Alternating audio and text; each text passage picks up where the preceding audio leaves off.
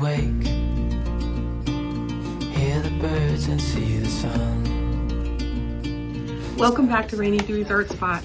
Today's video I wanted to focus on another wash, another watercolor technique. It's called the variegated wash. A variegated wash is a wash that has varying colors and values. So you're going to have more than one color in your wash, and some of your values are going to be light and some are going to be dark. It's going to be a varied wash.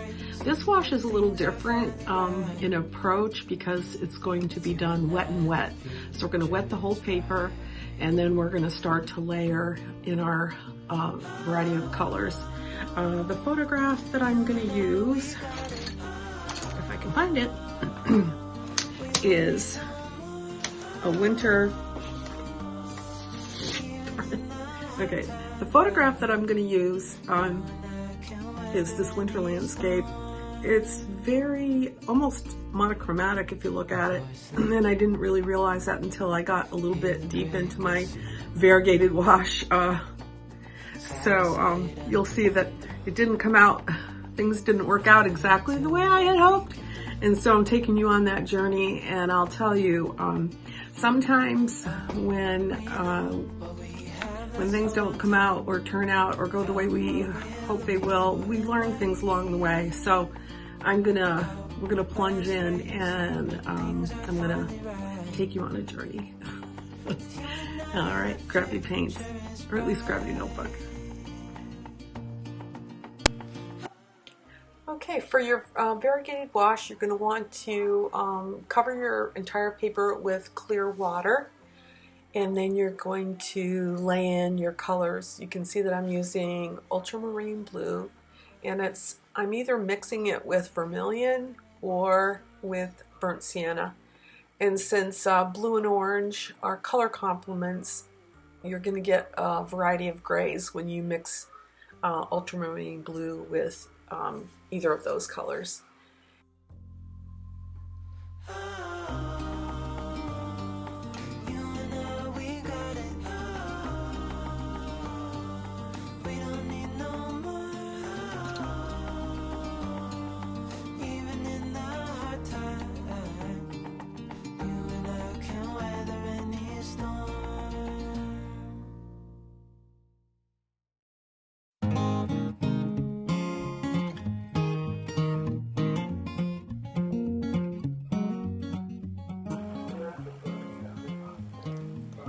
I've continued to work with this piece as the paper dries. So in the beginning, when it's very, very wet and you add pigments, they, in a lot of cases, will spread a great deal. And as the paper begins to dry, the paint will spread less and less.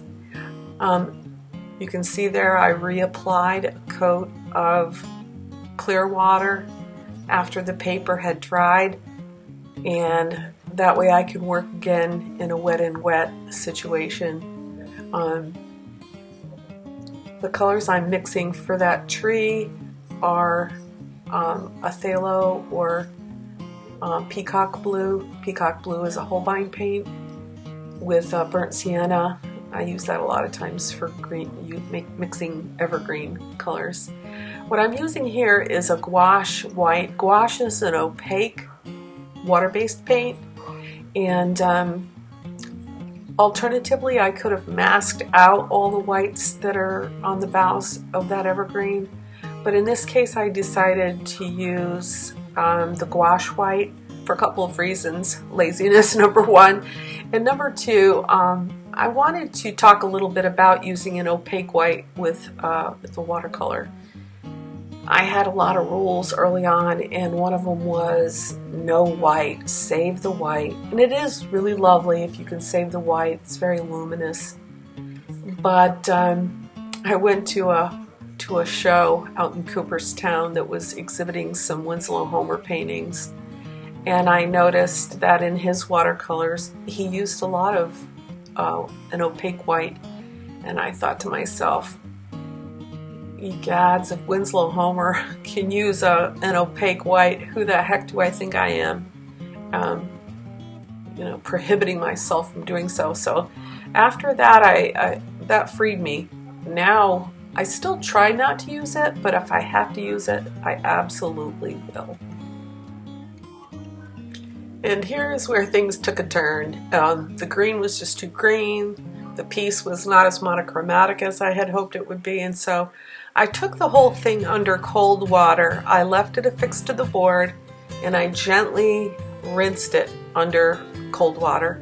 And here's what you have left. These are the paints that I couldn't remove without really intense scrubbing. And so these are what are called staining paints. So you can see that ultramarine blue has some staining qualities, and I think it's probably the vermilion, the orange, that has a staining quality. So you can lift a lot when you use that, extreme measure. I just didn't want to continue. It wasn't coming out the way I'd hoped. I've done this before. I just take it under the water and clean the whole mess off and start all over again. And so now that I'm going back into it, I'm not using as intense a green. It's I actually used ultramarine blue. I used a little bit of green, but mostly blue. I wanted it monochromatic. And here we go with the opaque white again. With the why not white. Just go for it.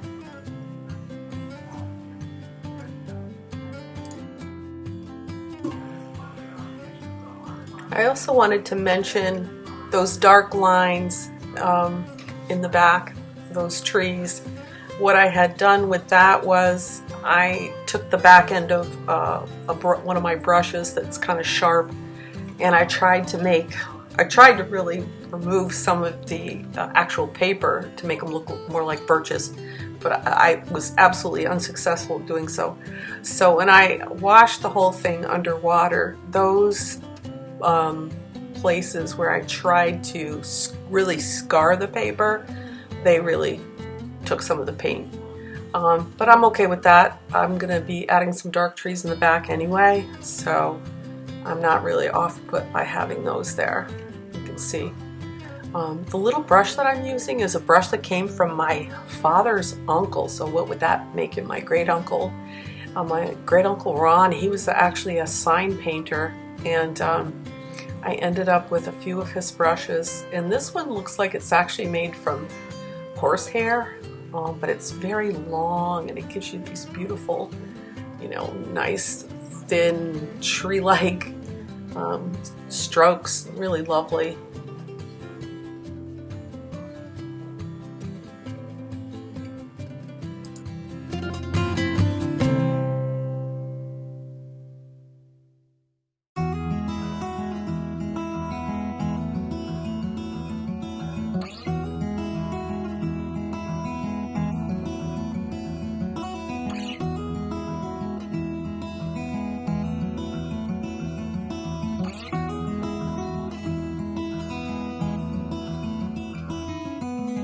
I know that you are having a hard time right now.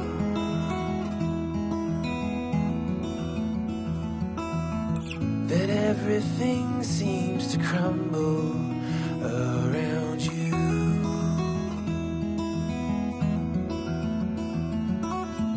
I know that you feel all alone in this world. Here I'm going to begin focusing on those foreground grasses. Those are going to be painted primarily using the same color combination, the ultramarine blue and vermilion or burnt sienna. I used both. And what I did there, those little patches in the snow, I wet the paper with clear water and gave myself a little bit of wet and wet situation to work into. I always try to use the properties of the watercolor as best I can, meaning there are some beautiful effects you get when you have wet paper and apply paint. So you see what I mean. It kind of, instead of a straight line, you get a little irregular line. So I always try to use what watercolor will do when mixed with water on the paper instead of doing a dry brush effect. Here I am laying in some of those trees. The one piece of this painting from the reference photo that I didn't do, and I may do it again, is the reason the photo was taken to begin with is there's an American flag that someone has hanging from a pole in the woods, and it's just diffused. I really did love that, but I'm not going to include that in this painting. I will more than likely paint this one again, and that will be a component that I'll include. So you need to, when you're using photo reference, decide what to keep and decide what to leave out. Those are your design decisions that are going to make your paintings successful or simplified, which sometimes means successful.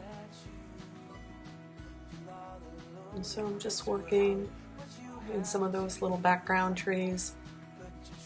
Just dance around, try to trust your creative instincts.